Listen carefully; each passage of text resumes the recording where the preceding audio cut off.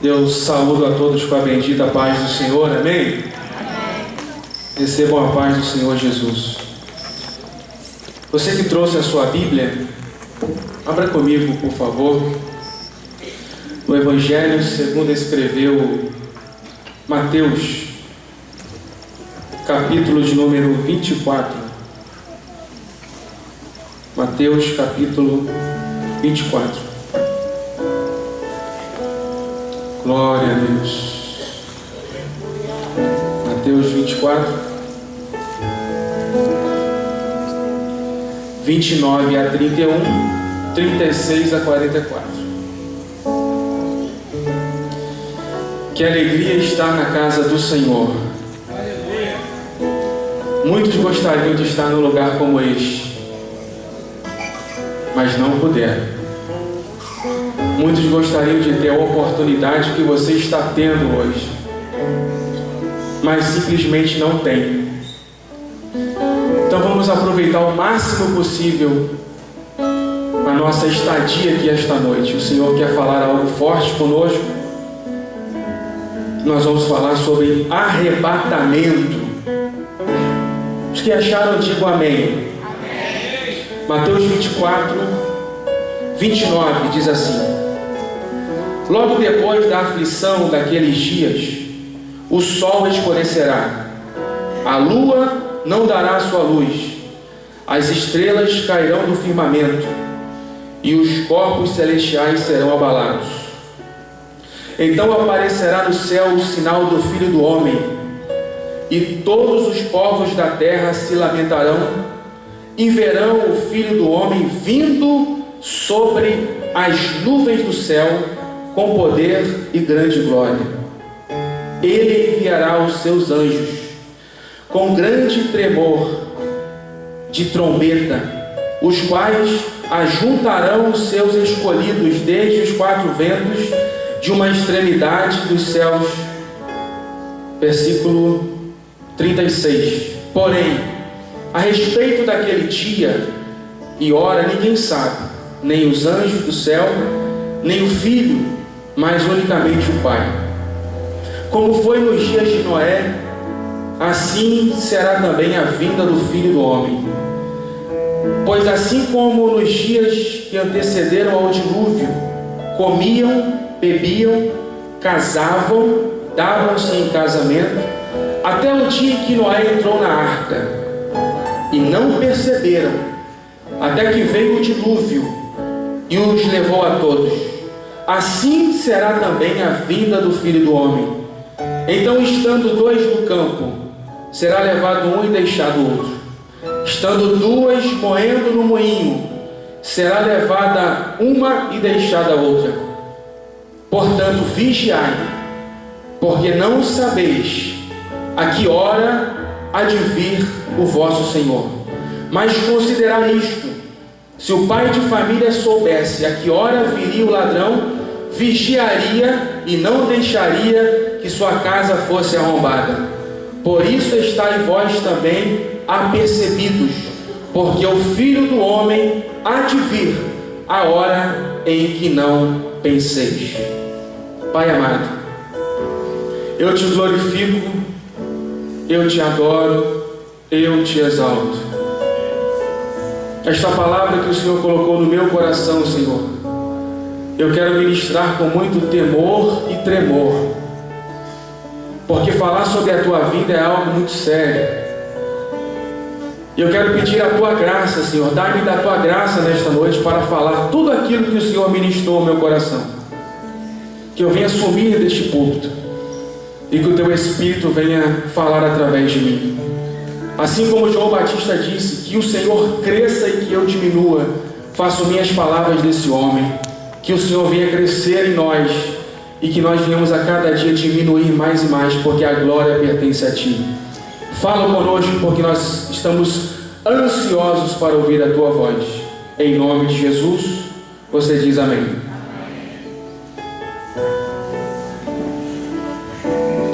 Glória a Deus. Meus irmãos, esse é um dos textos que eu tenho muita admiração, e quando eu leio, eu dou uma tremida por dentro. Porque a epígrafe do capítulo 24 diz assim: o sermão profético e o princípio de dores. Quando essas palavras que falou foi Jesus, e a sua Bíblia está marcada de vermelho, essas palavras foram ditas por Jesus. E quando nós começamos a ler, eu particularmente, quando eu entro na palavra, eu viajo dentro da palavra, o Senhor fala comigo dentro da palavra, e é uma coisa assim muito boa, porque traz edificação para a minha alma. Eu estava lendo esse texto a partir do versículo 37 do capítulo 24 de Mateus. Jesus disse: como foi nos dias de Noé. Em suas palavras, Jesus fez menção do período antediluviano, onde os homens desviaram-se totalmente de Deus, porém pagaram com suas próprias vidas. Jesus está fazendo menção sobre a sua vinda, sobre a vinda do Filho do Homem, sobre a segunda vinda, sobre o arrebatamento da igreja. E ele usa como exemplo o que aconteceu lá com Noé, em Gênesis capítulo 6. E nós vamos voltar um pouquinho até Gênesis capítulo 6. O pecado do homem chegou às narinas de Deus. A Bíblia diz que os vossos pecados fazem divisão entre vós e o vosso Deus. Após a queda do homem, o homem começou a regredir. O homem estava no Éden, mas após a queda do homem, ele começou a regredir, e começou a entrar na imoralidade, e começou a acontecer coisas terríveis. Os homens perderam o temor de Deus. É terrível quando se perde o temor de Deus. Quando eu digo homens, eu estou falando de humanidade. Os homens voltaram os seus corações para o pecado e esqueceram que existe um Deus vivo, justo, fiel e que julgará. Os homens simplesmente se rebelaram contra Deus. Não queriam se arrepender dos seus pecados, não queriam se arrepender dos seus atos.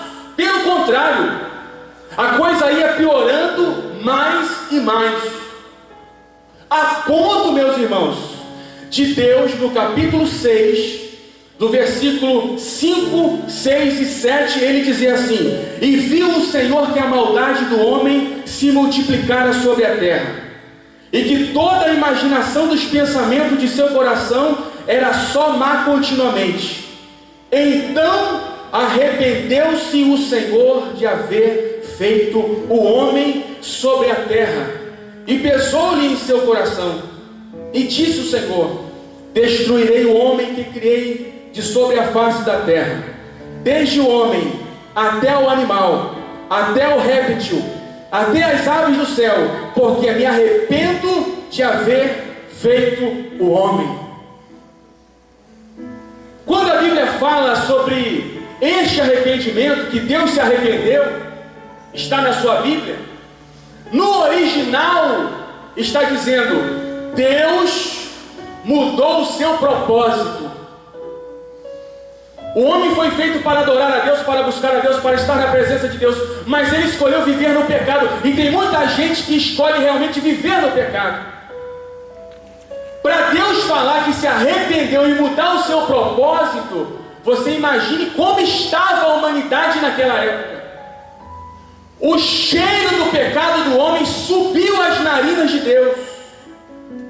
Gênesis capítulo 6, versículos de 11 a 13 diz: a terra, porém, estava corrompida diante da face de Deus, e encheu-se a terra de violência.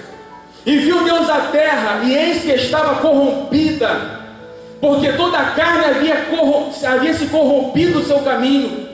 Então disse Deus a Noé: o fim de toda a carne é vindo perante a minha face, porque a terra está cheia de violência, e eis que eu desfarei e destruirei com a terra.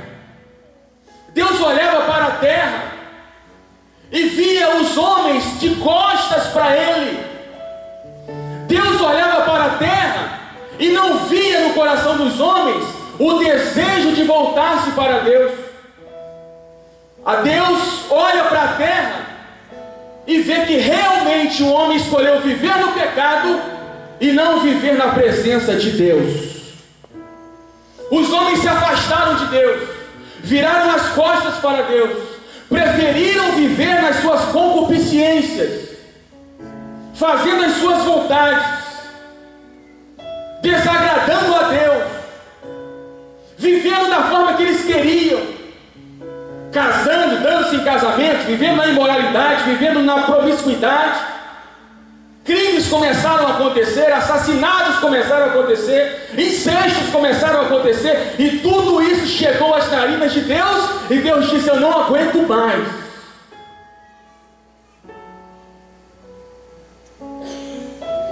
Engraçado, em meio a todo esse afastamento de Deus, em que as pessoas viraram o coração para Deus, Deus encontrou um homem que se destacou em meio a esse afastamento geral de Deus.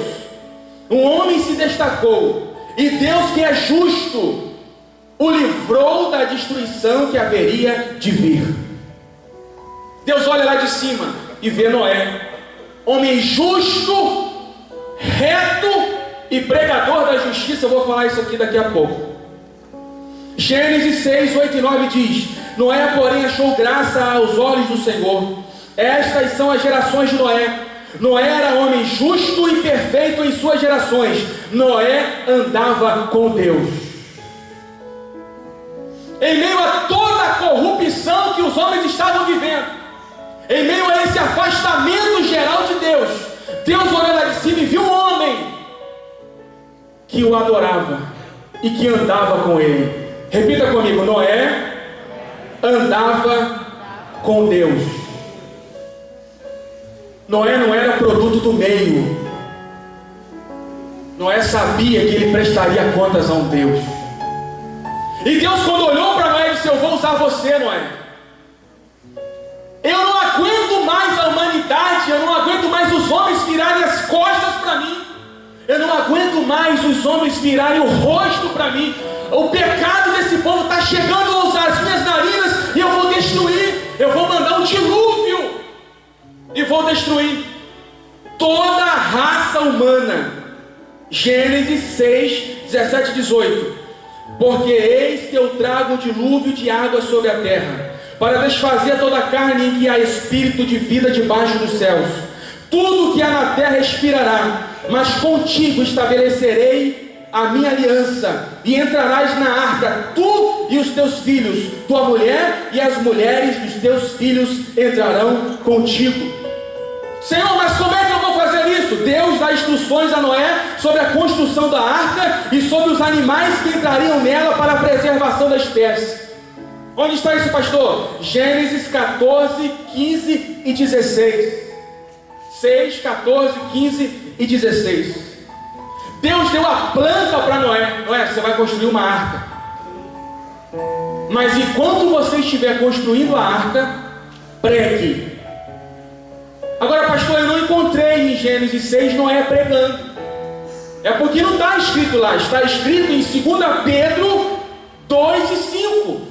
Enquanto construía a arca, ele pregava o arrependimento e anunciava o dilúvio. 2 Pedro 2 e 5. E não perdoou o mundo antigo, Deus, mas guardou a Noé, a 8ª pessoa, o pregoeiro da justiça, ao trazer o dilúvio sobre o mundo dos ímpios. Quando Noé começa a construir a arca, ele começa a dizer para as pessoas assim: vocês precisam voltar o coração de vocês para Deus. Vocês precisam se converter, vocês precisam mudar o caminho de vocês. Vocês estão a cada dia mais e mais se entregando nas promiscuidades, no pecado. Deus quer abençoar vocês, mas vocês viraram as costas para Deus. Deus vai mandar um dilúvio e vai destruir toda a raça humana. As pessoas debochavam de Noé. Por quê? Porque ainda naquela época não havia chovido. O que caía do céu era um orvalho. E as pessoas diziam: ô minha irmã, me dá aqui, muito obrigado, tá? Deus abençoe. As pessoas começaram a debochar de Noé. Noé, isso não vai acontecer, meu filho. Você é doido? Isso não vai acontecer. Você está com problema? Que dilúvio, que Deus, que juízo. Rapaz, eu estou vivendo a minha vida do jeito que eu quero. Não se mete na minha vida, Noé. Se eu estou no pecado é problema meu. Se eu estou no adultério é problema meu. Se eu estou lá roubando é problema meu. Se eu estou furtando é problema meu. Noé não se mete na minha vida. E Noé continuava dizendo: Deus vai destruir a raça humana. E ele começa a construir a arca. E as pessoas começam a caçoar de Noé. Porque Noé, seus filhos e suas noras e sua esposa vão cortar madeira. Enquanto ele vai cortando madeira, as pessoas diziam: lá vai o doidão do Noé, ó. Diz que Deus vai destruir, que vai mandar dilúvio, não vai acontecer nada disso. Mas Noé continuava pregando. Os homens não se arrependeram. Eles não queriam voltar o seu coração para Deus. Pelo contrário, eles debochavam de Noé. Noé começa a construir aquela arca. Nós não temos precisamente quanto tempo Noé levou construindo a arca. Mas não deve ter sido pouco tempo, porque ele não, muito tempo, pouco tempo, porque ele não tinha os recursos que nós temos hoje. Demorou bastante tempo. Acredito que chegou a 100 anos. Eu não vou afirmar isso para você. E quando a arca está pronta, as pessoas olham para Noé e dizem: nada vai acontecer, Noé. Esse negócio de Deus, deixa eu viver a minha vida. Eu quero viver do jeito que eu quero. Eu não preciso prestar contas com ninguém. A arca está pronta. E a Bíblia diz que os homens não se arrependeram. E Deus mandou Noé entrar com sua família na arca. Noé, já está tudo pronto. Os animais entrarão. Alguns são 2 de cada espécie, alguns são 7 de cada espécie. Noé entrou na arca. A Bíblia diz em Gênesis capítulo 7, versículo 1: depois disse o Senhor a Noé: entra tu e a tua casa na arca, porque te tenho visto justo diante de mim nessa geração. Noé entrou na arca, e ele com seus filhos, sua mulher e as mulheres de seus filhos, por causa das águas do dilúvio.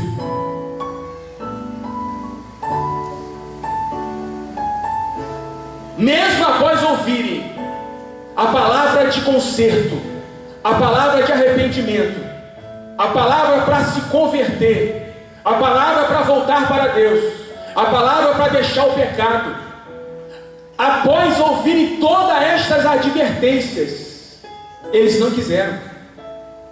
Eles viraram as costas para Deus. Nada vai acontecer. A arca está pronta.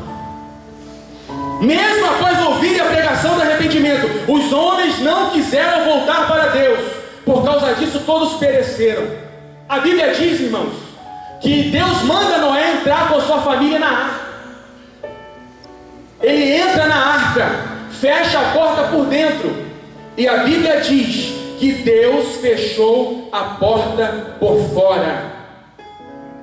Deus fechou a porta por fora. Gênesis 7, 21 e 23 diz: e expirou toda a terra, toda a carne que se movia sobre a face da terra. Olha bem, quando Noé entra na arca, pastor Lucas, as pessoas debocham dele.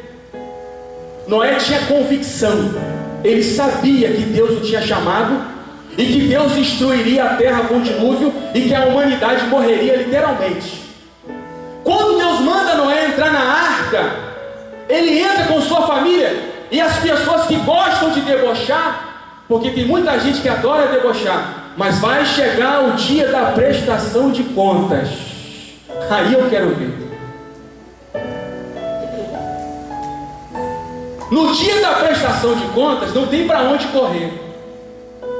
No dia em que o homem estiver diante de Deus e tiver que dar conta dos seus atos, não tem para onde correr. As pessoas debochavam porque ele entrou com a família dele, fechou a porta por dentro e Deus fechou por fora. As pessoas não acreditavam que Deus mandaria chuva e que mandaria um dilúvio. Sabe o que começou a acontecer? De repente, começou a ventar um vento diferente, pastor. Um vento forte. E as pessoas começam a correr, porque o vento é diferente. É um vento muito forte. Meu Deus, o que está acontecendo? As pessoas vão para dentro das suas casas, mas a casa não é segura, o telhado voou. De repente começa a chover. Meu Deus, está chovendo. E Noé está dentro da arca, guardadinho. Os lençóis freáticos explodiram. Começou a ter terremotos e maremotos. Era água de cima. Quando houve o terremoto, quando houve o maremoto, grandes tsunamis começaram a ser criados e começaram a cobrir a terra. Vinha água de cima, vinha água debaixo dos lençóis freáticos que estouraram, que implodiram, e água dos lados. As pessoas começaram a correr, porque a água começou a subir. Meu Deus, que coisa é essa? O que está acontecendo? As pessoas começam a correr para as montanhas e começam a lembrar da pregação de Noé. Meu Deus, Noé estava certo. A água vai subindo e alguém chega perto da arca e bate na porta da arca, mas não dá para abrir. Por quê? Porque Deus fechou a arca por fora. A água subiu. A água subiu. As pessoas correm para os montes, mas não dá para fazer mais nada. Era o juízo de Deus. Por quê, pastor? Por causa do pecado. Eles tiveram a oportunidade, mas não aceitaram. Preferiram viver no pecado. Preferiram viver longe de Deus. Preferiam viver de qualquer jeito. Pagaram com suas próprias vidas. E expirou toda a carne que se movia sobre a terra, tanto ave, como gado, como feras, como réptil. Tudo que tinha fôlego de espírito de vida em suas narinas, tudo que havia em terra seca morreu. Assim foi destruído todo ser vivente que havia sobre a face da terra, desde o homem até o animal, até o réptil, até as aves do céu, foram extintos da terra. Ficou somente Noé e os que estavam com ele na arca. Pastor, Noé estava seguro na arca? Estava. Noé disse assim, eu não quero viver no pecado igual vocês estão vivendo, mas vocês têm a oportunidade de largar essa vida de pecado. Volta para Deus. Volta para Deus. Sabe o que Noé ouvia? Fanático, louco, doido, que dilúvio, que chuva, que nada. Noé, você está fanático com esse negócio de Deus. E Noé insistia dizendo, volta para Deus. Deixa essa vida de pecado de lado. Deixa essa vida de promiscuidade de lado. Deixa essa vida torta de lado. Deixa essa vida dupla que você leva de lado. Mas eles não quiseram. Noé insistiu, mas eles não quiseram. Noé deu a sua vida ali pregando, construindo a arca, construindo a arca, pregando. E pregar com deboche é terrível, gente. Pregar com gente debochando de você, o sangue de Jesus tem poder. Noé falava e as pessoas, você está doido, não é? Não vai acontecer nada não.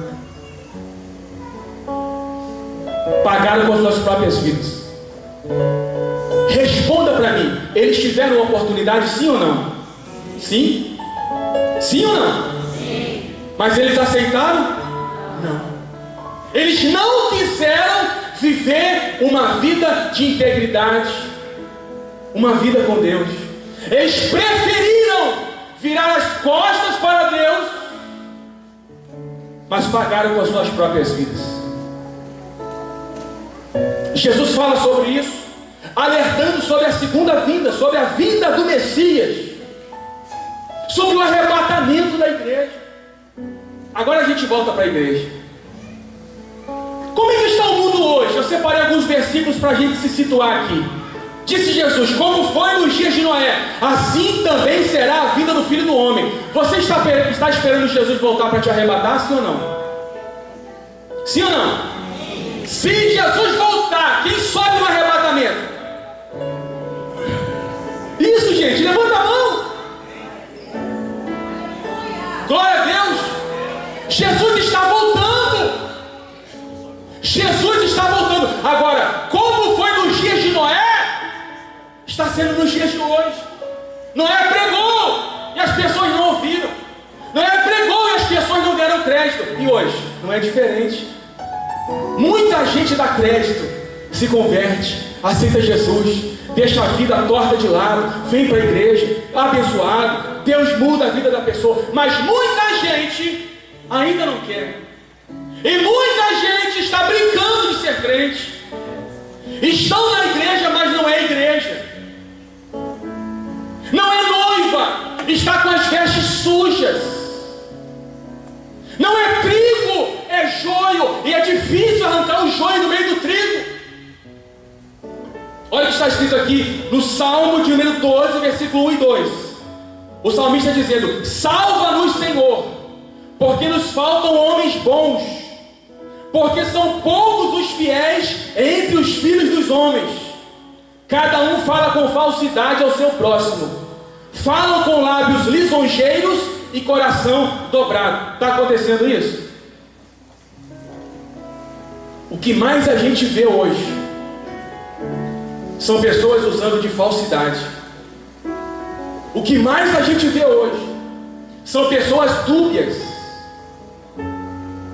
que tem duas palavras, que tem duas faces, que tem duas caras, usando o carioquês. Olha o que diz a Bíblia em Isaías 59:12: porque as nossas transgressões se multiplicaram perante ti, e os nossos pecados testificam contra nós, porque as nossas transgressões estão conosco, e conhecemos as nossas iniquidades. Ei, você sabe quando você erra. Márcio, você sabe quando você erra. A nossa iniquidade está diante de nós, e Deus não nos terá por inocente. Olha o que diz Miqueias capítulo 7, versículo 2: já pereceu da terra o homem piedoso, e não há entre os homens um que seja justo. Todos armam ciladas para sangue, cada um caça seu irmão com uma rede. É assim que o mundo está, gente. O mundo só não está pior porque a igreja ainda está na terra. Quando Jesus vier e arrebatar a igreja da terra, a terra vai se tornar um caos, porque o Espírito Santo ainda está sobre a terra. E aí você sente o refrigério. E aí você vem para a igreja e ouve uma palavra, Deus conforta o seu coração, alegra o seu coração, e você é reanimado para continuar, para enfrentar mais uma semana. Olha o que diz 2 Timóteo capítulo 3, de 1 a 5. Isso aqui Paulo está dizendo a um pastor, gente. Esta palavra que Paulo está dizendo, ele está falando para um pastor, Timóteo, que estava liderando a igreja. Olha o que ele diz: sabe, porém, isto, que nos últimos dias sobrevirão tempos trabalhosos. Parece até que Paulo estava vendo os dias de hoje. Dá trabalho, gente. Pai, mãe, dá ou não dá trabalho? Dá trabalho. Tempos trabalhosos, dá trabalho. Mas essa palavra é voltada para homens que não querem nada com Deus. Olha o que ele diz: porque haverá homens amantes de si mesmo. Ele é o cara, ele é o tal. Nada acontece se não for com ele. É amante de si. Nós precisamos entender que tudo que nós temos é a graça de Deus. Eu já falei aqui sobre graça, misericórdia e justiça. Lembra que eu falei sobre isso? Eu não vou falar porque não dá mais para falar. Graça, misericórdia e justiça. Se eu sou pastor hoje, é por conta da graça de Deus. Se você está aqui na igreja, é por causa da graça de Deus. O que é graça, pastor? É Deus me dá algo que eu não mereço, mas Ele me dá só porque Ele me ama. Isso é graça. Na Bíblia diz: é favor imerecido, é dar algo precioso para alguém que esse alguém não merece. Levante a sua mão e diga assim: eu te agradeço, Senhor, pela tua graça, porque se não fosse a graça de Deus, você não estaria aqui, eu não estaria aqui pregando a palavra de Deus. É a graça. Vamos continuar.